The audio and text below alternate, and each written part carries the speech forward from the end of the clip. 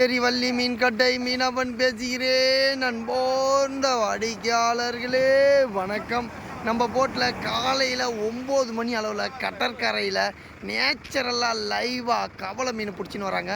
கவலை மீன் எவ்வளோ லைவாக இருக்குது, நேச்சுரலாக இருக்குதுன்னு இந்த வீடியோவில் பாருங்கள் சார். ஒவ்வொரு நாளும் கடற்கரையில் உயிரோடு வர மீன்களை கழுகு மாதிரி காத்திருந்து உயிரோட நேச்சுரலாக கொண்டு வரோம் சார்.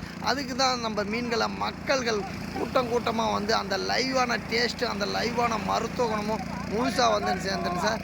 ஒவ்வொரு நாளும் கேரண்டியாக நேச்சுரலாக கொண்டு வரும் சார். அதுதான் நம்ம மீனோட ஸ்பெஷல் சார். அதனால் மக்கள் அந்த மீன்களை வெயிட் பண்ணி ஒவ்வொரு நாளும் லைவாக நேச்சுரலாக வாங்குவாங்க சார்.